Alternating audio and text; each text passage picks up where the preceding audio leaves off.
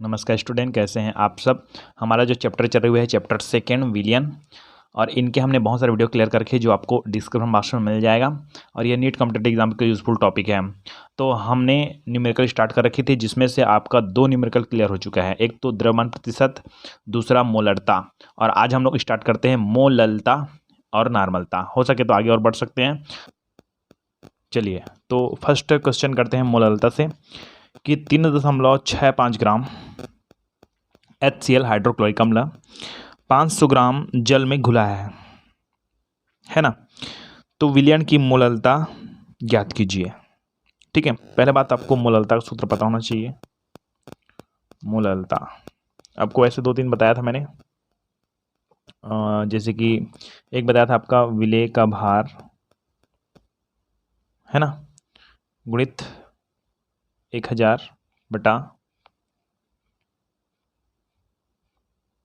विलायक का ग्राम में भार गुणित विलेय का अनुभार। विलेय का अनुभार ये बताया था आपको, है ना। मतलब विलायक का भार है और ये विलेय का अणुभार है। ये विलेय का ओनली भार है। ठीक है, और बहुत सारे तरीके बताए थे आपको, है ना। यहाँ पर एक चीज़ बताया था, यहाँ पर एक और देखो, मोललता बराबर नॉर्मल तरीके से आपको बताया था विलेय के मोलों की संख्या, विलेय के मोलों की संख्या बटा विलायक का ग्राम में द्रव्यमान गुणित 1000। ये सब बताया गया था आपको। ठीक है, तो जो आपको यहाँ पर यूज होगा उसको देख लेंगे। तो 3.65 ग्राम HCl मतलब विलेय का भार है ना। विलेय का क्या है, भार है। 500 ग्राम जल में घुला है, मतलब ये क्या है, विलायक का भार है। विलायक का ग्राम में भार, ये दिख रहा है क्या, ये विलायक का भार हो गया। विलेय का भार हमारे पास है, विलायक का भार है, विलेय का अणुभार निकालना है बस। ठीक है, HCl का क्या निकालना है अपने को, अणुभार। ये निकालना सीख जाते हैं। चलो, यहाँ हाइड्रोजन का परमाणु क्रमांक 1 है ना, और आपको पता होगा इसका जो अणुभार है वो कितना होता है, 1, प्लस क्लोरीन का परमाणु क्रमांक कितना है, 17, और इसका अणुभार होता है 35.6 या 35.5 लिखते कीजिएगा, है ना। तो 35.6 लिख देते हैं, तो ये आएगा 35.6 बराबर हो गया 36.6 या 36.5 कर सकते हैं। यहाँ पर 5 लिखते कीजिएगा तो 5 ज़्यादा बेटर रहेगा हमारे लिए। कई बार तो 35 से बस लिखते हैं, 35 बस ही लिख देते हैं। ठीक है, तो 35.5, तो ये हो जाएगा 36.5। ये हो गया किसका, HCl का अनुभार। तो दिक्कत क्या है, इसमें देखिए, तो विलेय का भार कितना है, 3.65 ग्राम, है ना, इंटू इसका कितना 1000 अपान विलायक का ग्राम में भार कितना, विलायक का भार कितना है 500 ग्राम, गुणित विलेय का अणुभार कितना निकला 36.5। क्लियर है, कर दीजिए अब गुना भाग, है ना। तो आप घर में एकदम गुना भाग करके देखिए, और यहाँ से हम तो करते हैं कैलकुलेटर में, ये लगभग 0.2 m प्राप्त होता है। आपको कुछ अलग प्राप्त हो तो बताइए कमेंट में जरूर। ठीक है, ओके। चलिए, तो आगे क्वेश्चन क्या कहता है कि 2.82 ग्राम ग्लूकोज, यहाँ पर आणविक द्रव्यमान दिया गया है। मतलब सीधी बात है कि ग्लूकोज का अनुभार है ना, तो 180 है ना। तो यहाँ पर क्या गया है कि 2.82 ग्राम ग्लूकोज 30 ग्राम जल में घुला है। मतलब विलेय क्या है, 2.82 ग्राम, है ना, और विलायक कौन है, 30 ग्राम जल में घुला है। विलयन का मूलतः यही सूत्र लग जाएगा आपका, सीधी बात। ठीक है, तो सीधा पॉइंट क्या है, विलेय का भार कितना दिया है 2.82 गुणित कितना 1000, विलायक का ग्राम में भार 30 ग्राम, विलेय का अणुभार कितना निकला 180, है नहीं। इसको गुना भाग कर दीजिए, तो ये लगभग आ जाएगा आपका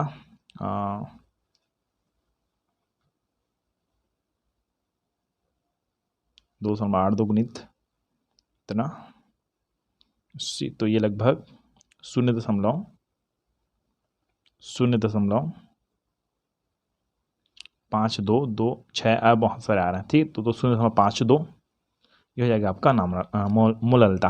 क्या हो जाएगा आपका? मोललता। ठीक है, तो अधिकतर आपको क्वेश्चन मिलेगा मोललता और अंश प्रभाज, यही पेपर में अधिकतर आते हैं। आगे क्वेश्चन है कि 100 ग्राम विलयन में 10 ग्राम यूरिया विलेय है। ठीक है, यूरिया 10 ग्राम विलेय है, मतलब विलेय कौन है? यूरिया है। विलायक कौन है? 10 ग्राम विलयन। ठीक है, अब अच्छा विलायक नहीं दिया गया इसमें, डायरेक्टली 100 ग्राम क्या दिया गया है? विलयन दिया गया है। तो सबसे पहले क्या दिया गया उसको लिख लो। ठीक है, पहला क्या दिया गया है? विलयन का भार दिया गया है सीधी सो, है ना, कितना ग्राम दिया गया है? 100 ग्राम। ओके, दूसरा दिया गया है आपका 10 ग्राम यूरिया, मतलब विलेय का भार। विलेय का भार कितना है? 10 ग्राम। तो विलायक का भार तो निकालना पड़ेगा ना, ये विलयन का दिया है, विलायक का तो नहीं है, तो विलयन का भार, सॉरी विलायक का भार क्या होगा? विलयन का भार को विलेय के भार से घटा दो, निकल गया विलायक का भार, है नहीं, है ना। अतः 90 ग्राम जल में, कितना ग्राम जल में? 90 ग्राम जल में 10 ग्राम यूरिया विलेय है। ये निकल गया, एकदम सिंपल सी बात है। इसलिए 1000 ग्राम में, 90 ग्राम में 10 ग्राम है, तो 1000 ग्राम में कितना यूरिया है निकालेंगे, तो क्या करेंगे? 1000 ग्राम जल में, 90 ग्राम जल में 10 ग्राम यूरिया विलेय है, तो 1000 ग्राम में कितना होगा? 10 गुणित 1000, ये आपको पता होगा। ठीक है, और कितने? 90, है ना, ये तो आपको पता है ना। ठीक है, तो 90 ग्राम जल में 10 ग्राम यूरिया विलेय है ना, तो 1000 ग्राम जल में क्या होगा? 10 गुणित 1000। ठीक है, ओके, मतलब पहले तो ये देखो कि 10 ग्राम यूरिया 90 ग्राम, मतलब 10/90, ये तो पहले है। 10 ग्राम यूरिया 90 ग्राम जल में विलेय है, तो अगर 100 ग्राम के बारे में, तो 100 से क्या कर देना है? गुणा कर देना है, सीधी बात है ना। तो ये हो जाएगा आपका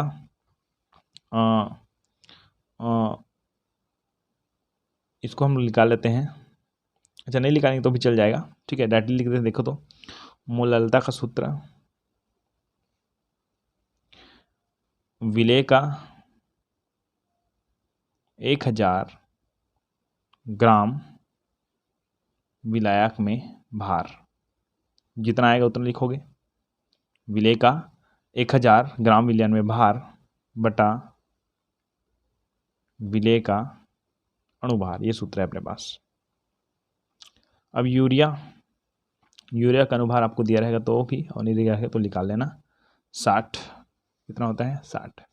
तो विलेय का 1000 ग्राम विलायक में भार, विलेय का ना, और विलेय का अणुभार, ये किस नया सूत्र है। ठीक है, तो ये हो गया। तो आप सूत्र डालिए, विलयन की मोललता बराबर विलेय का 1000 ग्राम में 1000 ग्राम में भार कितना था? 10 गुणित 1000 बटा 90। ठीक है, पूरा लिखते हैं, अभी निकाले नहीं है। ठीक है, बटा विलेय का अणुभार कितना था? 60। ठीक है, इसको हम लोग ऊपर ले जाएंगे तो हो जाएगा गुणा 1/60, तो वही मतलब है। ठीक है, ये हो जाएगा, है ना।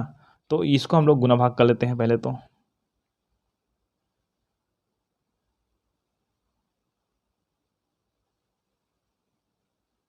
ये लगभग निकल जाएगा, है ना। 1.85 एम। परीक्षा में तो आपको कैलकुलेटर का यूज़ करना ही नहीं है ना, बताया ना आपको। तो आप क्षमता रखिए इसको गुना भाग करने की। ठीक है, तो विलयन की मोललता कितना हो जाएगी अपना? 1.85 एम होगी। ठीक है, इस तरह से ये क्या हो गया आपका? मोललता का। आगे क्वेश्चन देखिए कि 20% जली के आई का घनत्व 1.202 ग्राम ml-1 हो तो के एल विलयन की मोललता ज्ञात कीजिए। यहाँ पर तो मोलंश भी है, बट हम लोग केवल मोललता ज्ञात करेंगे। तो 20% जली के आई का घनत्व, पोटेशियम आयोडाइड है ना, घनत्व 1.202 ग्राम GmL -1 है, तो Ki विलयन का मूललता ज्ञात कीजिए, है ना। तो एक चीज़ पहले आपको पता होगा क्या दिया गया है। दिया गया है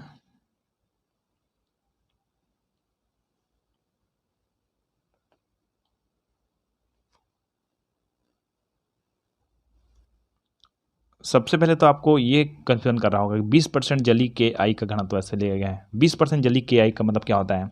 इसका मतलब होता है कि 20% जलीय Ki विलयन का क्या अभिप्राय है कि Ki का द्रव्यमान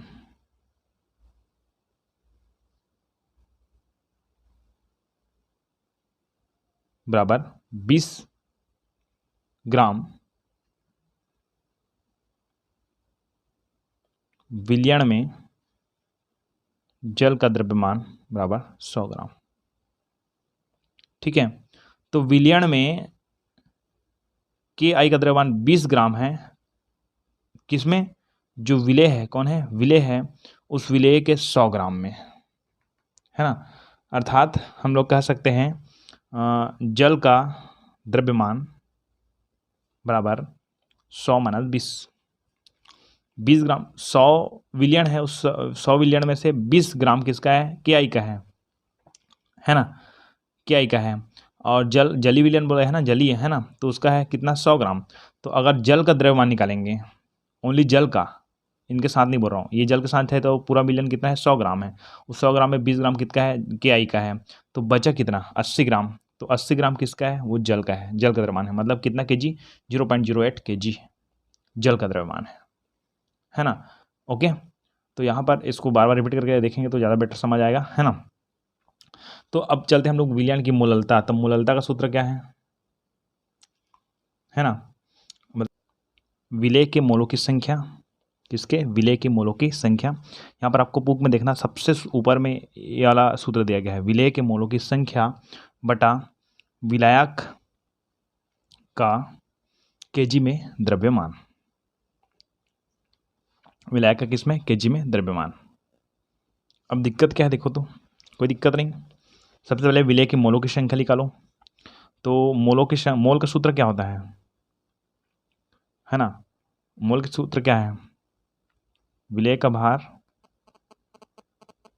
बटा विलेय का अणुभार, या मोलर द्रव्यमान बोलते हैं उसी को। ठीक है, तो सबसे पहले तो Ki का मोलर द्रव्यमान निकालना पड़ेगा भैया, अणुभार निकालना पड़ेगा। सीधी बात, मोलर द्रव्यमान मतलब अणुभार निकालना पड़ेगा। ये तो कैसे निकालेंगे?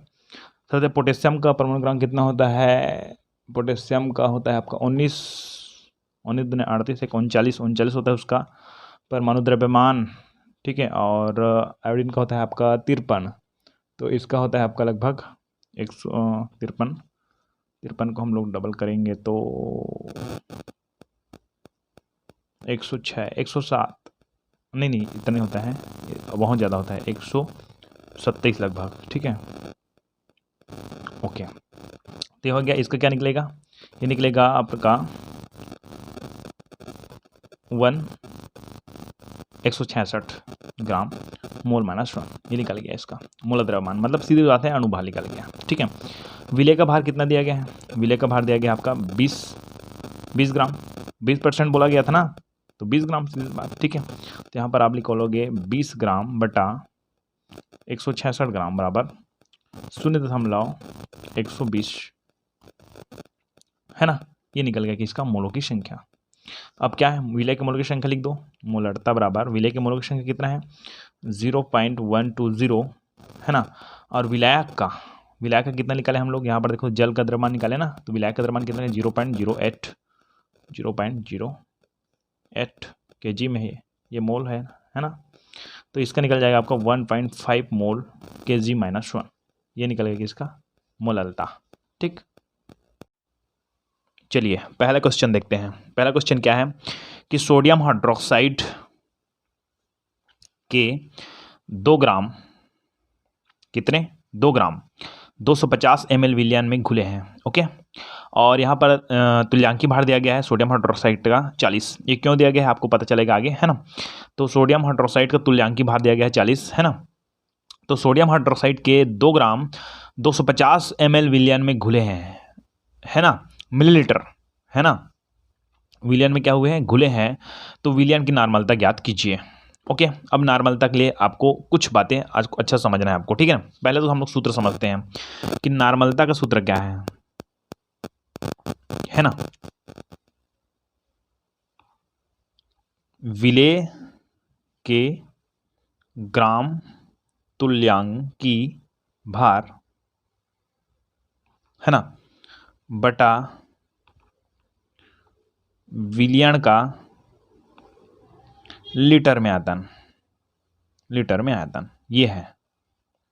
ओके, तो विलेय का ग्राम तुल्यांकी संख्या, इसको तो संख्या भी बोलते हैं, ग्राम तुल्यांकी भार कहते कीजिएगा। तो विलेय की ग्राम तुल्यांकी संख्या बटा विलयन का लीटर में आयतन। यहाँ पर एमएल में बात करें, मिलीलीटर में बात हो रही है।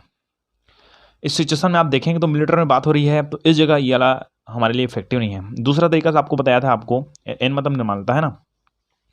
एक बताया था आपको विलेय का भार बटा विलेय का तुल्यांक भार, यही तुल्यांकी भार है, तुल्यांक भार गुणित विलयन का आयतन लीटर में, किसमें, लीटर में। ये देखें, तो विलेय का भार तो दिया गया है 2 ग्राम दिया गया है, ठीक है।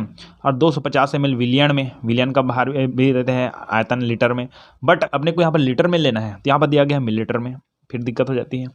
तो एक और क्वेश्चन, एक और सूत्र बताया था मैंने कि नॉर्मलता बराबर सांद्रता ग्राम प्रति लीटर, है ना, मतलब विलेय की ना, विलेय की सांद्रता ग्राम प्रति लीटर बटा पदार्थ का तुल्यांकी भार, ये बताया था आपको, है ना। तो ये जो विलेय है ना, जैसे सोडियम हाइड्रोक्साइड है उसकी सांद्रण ग्राम लीटर, है ना, और पदार्थ के तुल्यांकी भार और उसी सोडियम हाइड्रोक्साइड का तुल्यांकी भार। तो ये कैसे निकालते हैं, पहले तो सांद्रता ग्राम प्रति लीटर, ये कैसे निकालते हैं, ये निकालना पहले सीखते हैं, है ना, ठीक है। तो सबसे पहले देखिए, तो सोडियम हाइड्रोक्साइड के तुल्यांकी भार 40 के 2 ग्राम, कितने ग्राम, 2 ग्राम। तो क्या है दिया गया है, क्या दिया गया है, देखो तो कि सोडियम हाइड्रोक्साइड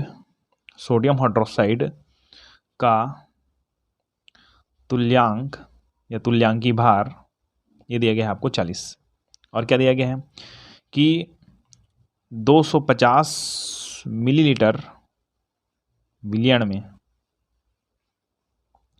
उपस्थित NaOH की मात्रा, ये दिया गया है आपको 2 ग्राम, है ना। अतः ये सब सूत्रों को मत लिखना। अतः 1000 मिलीलीटर विलयन में, ये 250 मिलीलीटर विलयन है, उस 250 मिलीलीटर विलयन में उपस्थित Na की मात्रा कितना है, 2 ग्राम है। तो वही 1000 मिलीलीटर विलयन में उपस्थित NaOH की संख्या का मतलब होता है कि 2 गुणित 250 ml में कितना है, 2 है, 250 ml कितना है, 2 है, 250 ml कितना है, 2 है।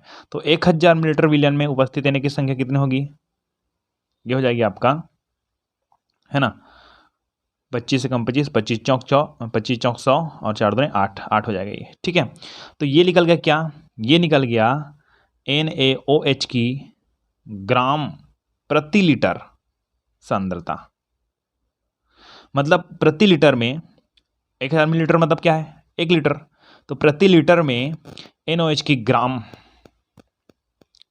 सांद्रता है, ये NaOH की ग्राम प्रति लीटर सांद्रता है, कितने, 1 लीटर में, ठीक है। कितना निकला अपने को, 8 ग्राम, कितना निकला अपने पास, 8 ग्राम। ये आपको कुछ नया लगेगा कि NaOH की ग्राम प्रति लीटर सांद्रता, ठीक है, प्रति लीटर में, है ना, वो जो NH की है उनकी सांद्रता कितनी है, ठीक है।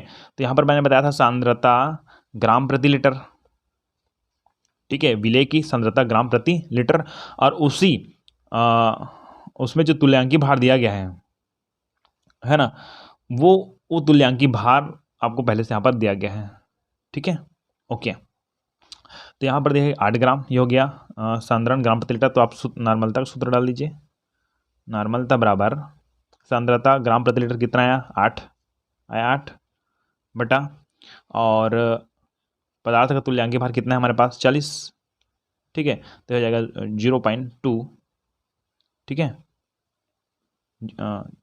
40 दूनी 80 जी, ठीक है। 40 से कम 40 करोगे, 40 शून्य 40, उसका 0 बढ़ाओगे तो 80 आ जाएगा, तो 40 दूनी 80 हो जाएगा, ठीक है। तो ये n हो गया, ये हो गया नॉर्मलता, ये आपको लगेगा। और आपको नॉर्मल अगर विलेय की ग्राम तुल्यांक की संख्या दिया गया है या विलेय का लीटर में आयतन दिया गया है तो भी आप बना सकते हो। या यहाँ थोड़ा सा ये वाला सूत्र बहुत कम देखे होंगे आप लोग, ठीक है। विलेय का भार दिया गया है, विलेय का तुल्यांक भार दिया गया है और विलयन का आयतन लीटर में दिया गया है तो भी बना सकते हो। तो ऐसे अलग अलग प्रकार के यहाँ सूत्र हैं, ठीक है। तो ये निकालना आना चाहिए आपको। चलिए दूसरा हम चलते हैं हम लोग। शुष्क सोडियम कार्बोनेट तुल्यांकीय भार दिया गया है 53 के 5.3 ग्राम, है ना, किसके, सोडियम कार्बोनेट के 5.3 ग्राम 500 मिलीलीटर विलयन में घुले हैं, नॉर्मलता ज्ञात कीजिए, ठीक है। सेम यही क्वेश्चन ऊपर वाला, ठीक है। तो पहले क्या दिया गया है Na2CO3 का तुल्यांकी भार कितना दिया गया है, 63, सॉरी 53 दिया है, क्या 53, कितना है 53, है ना। और 100 मिलीलीटर विलयन में उपस्थित NaCO2 की मात्रा कितना दिया गया है, 5.3 ग्राम, ठीक है। अतः इसलिए 1000 मिलीलीटर विलयन में उपस्थित सोडियम कार्बोनेट बराबर 5.3 कितने में, 500 में, इसको कितने से गुना करेंगे, 1000 से। तो ये निकल जाएगा किसका, Na2CO3 की ग्राम प्रति लीटर सांद्रता, ठीक है। ओके, तो ये निकल जाएगा आपका 5 दूने 10, 3 दूने 6 और 5 दूने 10, 10.6 ग्राम।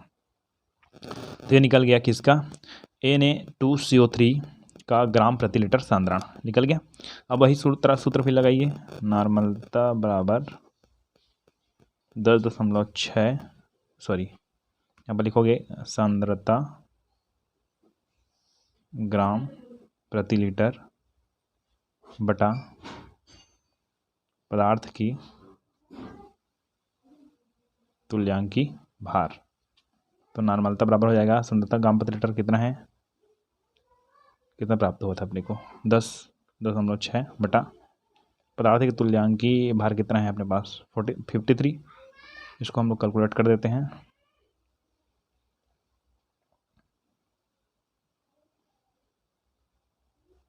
ये जाएगा 0.2n, ये हो गया नॉर्मलता, ठीक है। चलिए इसी तरह से एक क्वेश्चन और देखते हैं कि ऑक्जेलिक अम्ल के 6.3 ग्राम, है ना, यहाँ पर तुल्यांक भार दिया गया आपका 63।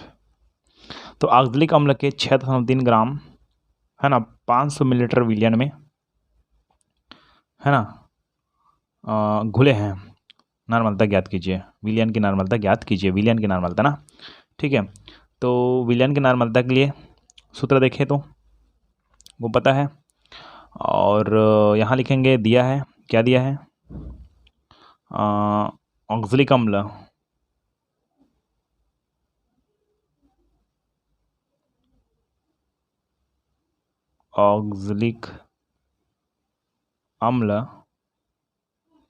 का तुल्यांक भार ये दिया गया आपका 63, ठीक है। वह 500 मिलीलीटर विलयन में उपस्थित ऑक्जेलिक अम्ल की मात्रा कितना दिया है, 6.3 ग्राम। बस वही सूत्र लगाना है फिर। इसलिए 1000 मिलीलीटर में उपस्थित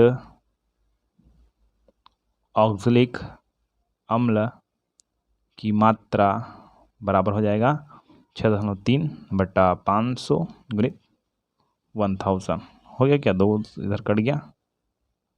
वैसे तो डायरेक्टली नहीं कटाते हैं, पहले गुना कर लेते हैं उसके बाद कटाते हैं, तो मैं अपने हिसाब से क्या करें, आदत ही बन गई है ना। चलिए, तो ये हो गया अपने पास उसके बाद नॉर्मल निकालेंगे, क्या निकालेंगे, ऊपर में लिखेंगे सांद्रता ग्राम प्रति लीटर कितना निकला, 12.6 बटा 63, हो जाएगा आपका 0.2 N। कंप्लीट।